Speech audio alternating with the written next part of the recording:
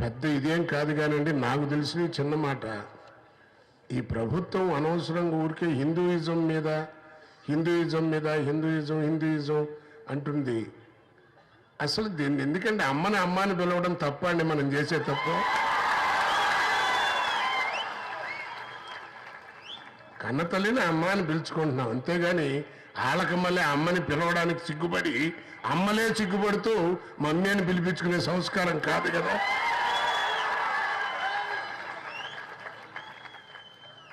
అసలు ఏంటి హిందుత్వం, దీని గురించి హిందూయిజం మీద ఎందుకు ఇంత రిబల్ చేస్తున్నారు నాకు అర్థం కాదు. బేసిక్గా ప్రపంచ దేశాల్లో ఏ దేశమైనా మన దేశాన్ని ఇండియా అని పిలుస్తుంది. మన గర్భశత్రు ఎవరండి? పాకిస్తాన్. ఆయన మైక్ ముందు కూర్చుని ఈ హిందుస్థాన్మే అంటాడు. మన గర్భశత్రువే హిందూ దేశం అని ఒప్పుకుంటుంది. ఇంకెందుకని దీని గురించి డిస్టర్బెన్స్ అనవసరంగా?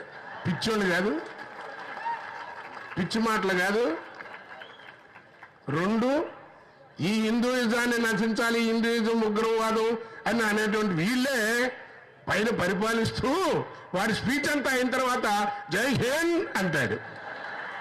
మరి అదేంటో నాకు అర్థం కాదు. మరి హిందూ దేశం కాదు, హిందువులు మాట్లాడకూడదు, హిందుత్వం డామినేట్ చేసేప్పుడు మరి నువ్వెందుగా ఈ జై హింద్ అంటున్నావు? అందుకని అద్దం ముందు కూర్చుని అందంగా ఉన్నావు అనుకోవద్దు.